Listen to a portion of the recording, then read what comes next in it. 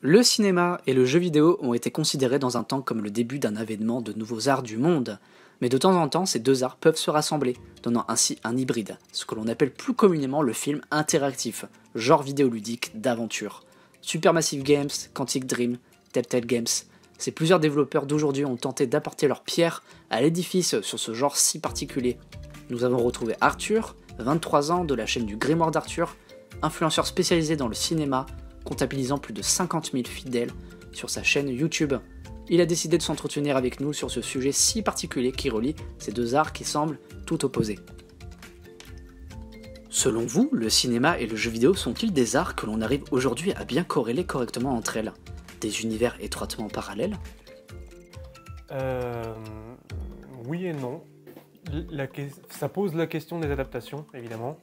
Et en matière d'adaptation, il ne me semble pas avoir déjà vu une adaptation de jeu vidéo au cinéma réussie.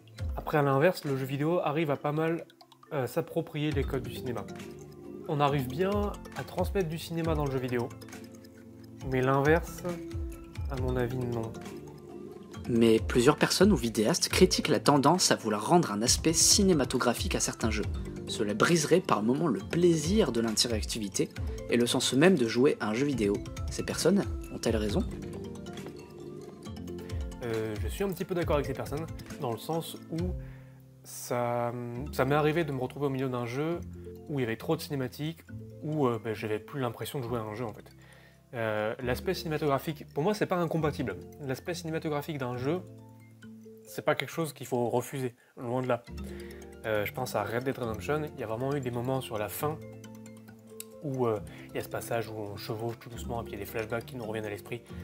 C'est un moment pour moi qui mélange le cinéma et le jeu vidéo. Un autre exemple, pour prendre un peu le cas contraire, dans The Witcher 3, à la fin, je me souviens que ça enchaîne les cinématiques, il y a plein de cinématiques et tout.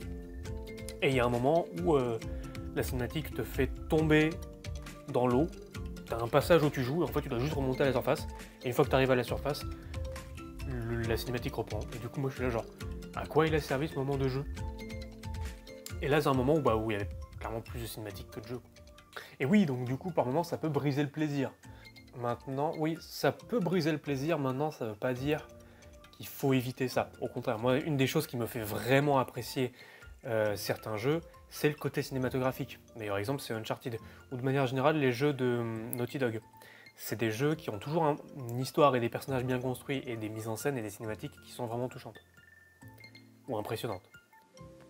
Doit-on alors cesser de diaboliser certains jeux comme ceux de Quantic Dream? Je parle évidemment de Detroit Become Human, ou encore Supermassive Games avec Until Dawn et plus récemment Little Hope de la Dark Ontology, qui laisse une place majeure à l'aspect cinématographique dans la conception de leurs jeux.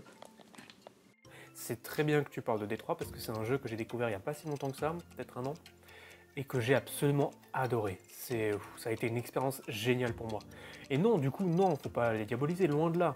C'est juste que c'est une expérience différente, et pour le coup, le Detroit, c'est un super exemple. J'ai pas joué à Until Dawn, je suis pas très jeu d'horreur honnêtement, mais Detroit, ça a été une super expérience, parce que c'est un jeu qui te fait te poser des questions et auxquelles tu réponds par les décisions que tu prends.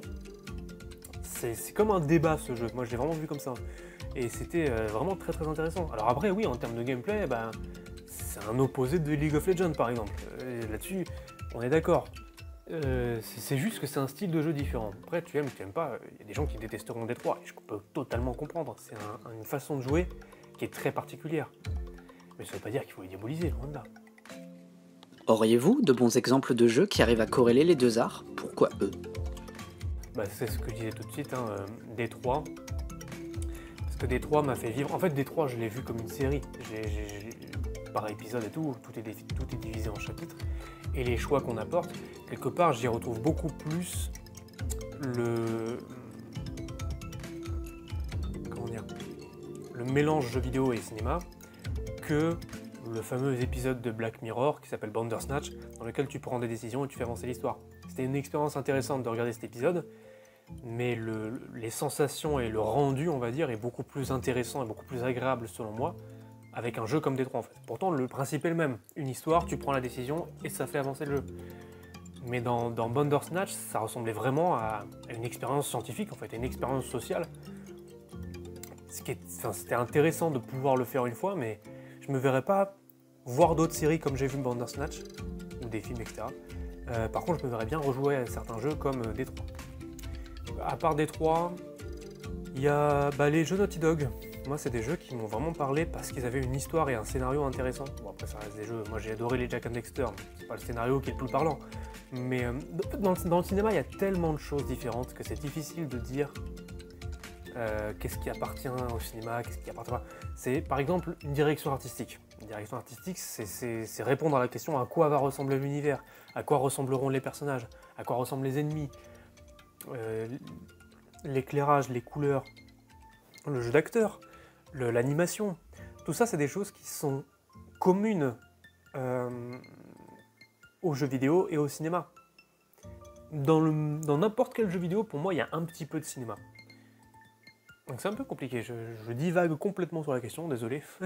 C'est un peu, moi je vais la jouer un peu philosophique, mais j'ai un peu envie de te dire, dans tous les jeux vidéo, il y a du cinéma. Tous les jeux vidéo arrivent à s'approprier une partie du cinéma selon moi. Mais ceux qui m'ont le plus marqué pour leur aspect cinématographique, ça va être Uncharted et The Last of Us, évidemment. The Last of Us, pour moi, c'est vraiment une expérience que j'ai adoré. J'ai adoré le premier jeu. Le deuxième un peu moins, mais le premier... c'est peut-être mon jeu préféré sur PS4. Un de mes jeux préférés, évidemment, Red Dead Redemption. Red Dead Redemption, je l'ai vraiment vécu, surtout le deuxième jeu, comme une série, comme une grosse série. C'est genre le Game of Thrones des jeux vidéo, quoi. Je sais pas si c'est un bon parallèle, j'en sais rien. L'univers vidéoludique a-t-il le même poids que l'une des plus vieilles industries culturelles qu'est le cinéma? Est-il en marche de devenir le numéro 1 à l'avenir? Là, c'est vraiment une question de personnalité. Là, c'est vraiment une question de point de vue. Moi, le jeu vidéo, c'est quelque chose que j'adore, mais pas autant que le cinéma, évidemment. Je te dirais que non. Pour moi, le jeu vidéo pourrait pas devenir numéro 1.